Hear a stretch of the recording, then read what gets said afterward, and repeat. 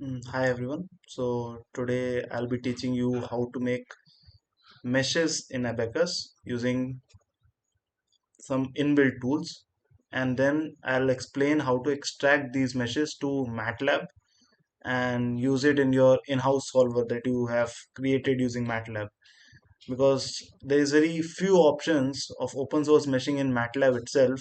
So we rely on Gmesh, Abacus for ANSYS for creating meshes and then exporting these connectivity information to our finite element package. So I'll just give you a quick guide about how to make small parts and then create meshes about it. So I'll be having two examples, one 2D, one 3D, and then let's dive straight into it. है ना?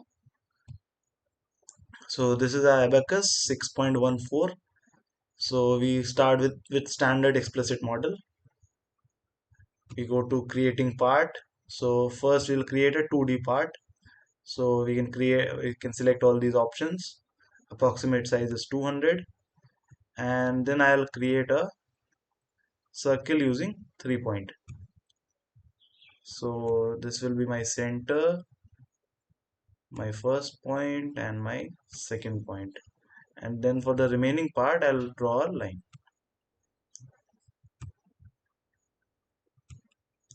Then press.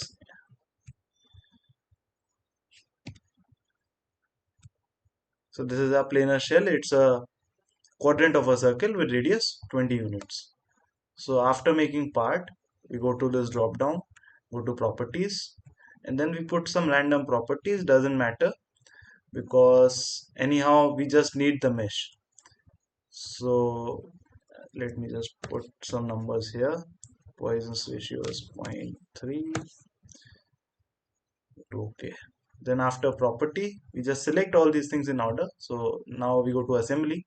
In assembly, we just select this, then okay, then step, again static general, continue, okay, and interaction, there is no need. Load, so this we can use sometimes to create boundary conditions.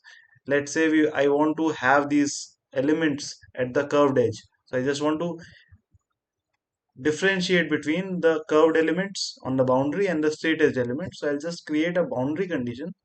So this boundary condition will be on this edge. So I'll just select this edge and click done. Select any of the options, doesn't matter. It will just create a different set for these elements. So now we go to mesh. This is the most important part. So first you'll have to see from here that what is the element type that you want. Oh, sorry. So first you have to select part from here instead of assembly. Then you go to mesh and then see for element type. So one example I'll do for linear and the other one for quadratic. For both the cases I'll use triangle elements. So we have this element library standard, geometric order linear. Then we go to triangles. Just use a CPS3, a three-noded linear plane stress triangle in this case. And then again here also we have a mesh control. So for mesh control we'll go to try. Instead of quad dominated we'll go to try, so that we get a triangular mesh. And then we go to here for global seats and then we put a size.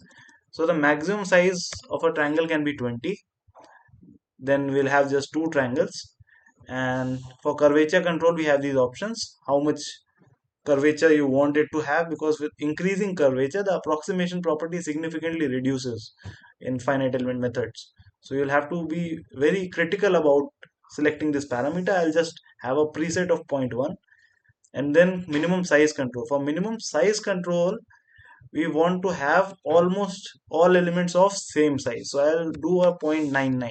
So I don't want any of the elements to be very different in sizes, so I'll just select all these and then apply. Then we go to seats for the mesh part. Oh sorry, seats are already generated, so now we just mesh the part.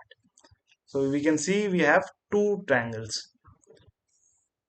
So this was the actual geometry and this is your computational geometry. Now we go to job. We'll select this model 1, just have all these presets. Now we click here, and instead of job 1, let me rename it. I'll say mesh 2D linear, and also I'll do 1 just because this is the crudest mesh. So then I'll just click OK, and then I'll just right click it to write input. So you can see in the command prompt, so you can, the job input file has already been written. So now we go to file, wherever your temporary folder is there, so you'll get this file.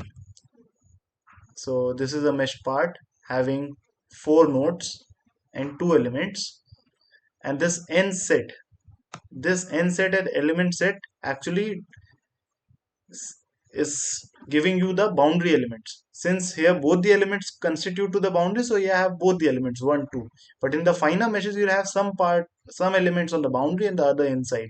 So there you'll see a difference. So I'll just refine my mesh. I'll just go back to ABAQUS and then go back to mesh, and in this again we select the part and we go to this global seeds. So now instead of 20 I'll just add, let's say, 2. So we'll get a lot of elements. So maybe I can do 2 is good enough.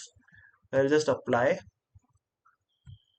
just select this because it will delete the earlier mesh. Then it's done. Okay, then we mesh the part. So here you can see there are some elements on the boundary and the other inside. Now we again go to this job, again rename it for the second time. Now this is linear 2. So now we'll just write this input. Done. So now we can go back and see for linear 2 we have a lot of nodes. See this 112 nodes, 186 elements, and out of this only these few are from boundary. This n set and element set, these determine the boundary elements and the boundary nodes correspondingly. Okay, so this is done for 2D. So now for 2D linear, now I want to, instead of this, I want to mesh it using a quadratic element. So now we go to element type and select quadratic. So now instead of CPS3 we have CPS6N. It's a 6-noded quadratic plane stress triangle. So now we again go to seeds and just take this final mesh and then apply, and then we mesh the part. So again we are getting 186 elements, but now the number of nodes have increased. So I'll just rename it here. Instead of linear I'll have quadratic. I'll keep the subscript 2,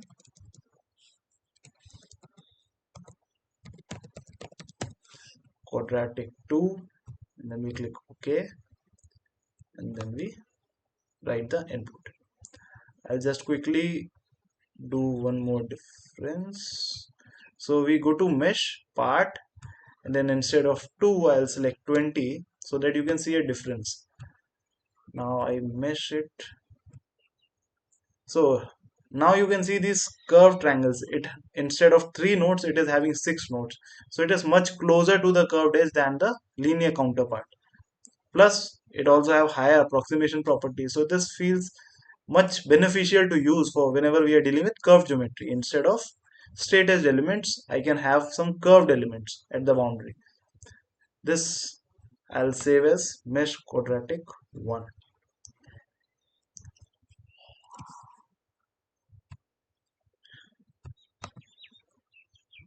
I'll just write the input. So now I go to my files. I have these 4 meshes. So mesh quadratic 1 again has 2 elements, but it has a lot more number of nodes. Instead of 4 there, it is having 9 nodes here. And again these n set and element set determine the nodes at the boundary and the elements at the boundary. I'll cover 3D geometries in the next part. So this essentially covers similar steps as we did in 2D. There also we can have 2 options of linear and quadratic elements in ABAQUS. Quadratic elements are much suited for curved geometries. Also I want to raise this issue that I have faced with ABAQUS, that for the even with the straight edged elements, the mid nodes are not exactly at the middle of the vertices. It's somewhere off by an order of 1 e to the power minus 6. This actually causes an issue for higher order PFEM, because for PFEM we get an exponential convergence and the errors decays very fast.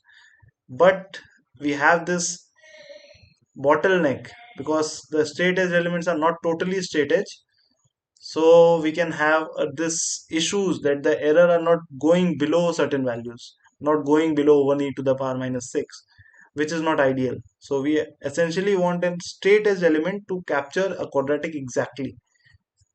I'll make this point a bit more clear when we go into MATLAB implementation, and I'll show some examples. So in the next video, what I'll do, I'll just make a 3D mesh using linear and quadratic elements. And then in the next series of videos, I'll have a MATLAB implementation that can actually use these .inp files and then convert it into a connectivity information suitable for MATLAB FEM packages. So stay tuned, and I hope you learned something today. And I'll keep coming with all these kind of videos, which I don't find often when I am searching for these things. So I'll try to help as much as I can. If there's any doubt or any query, you can just comment down below and I'll be happy to answer it. Thank you.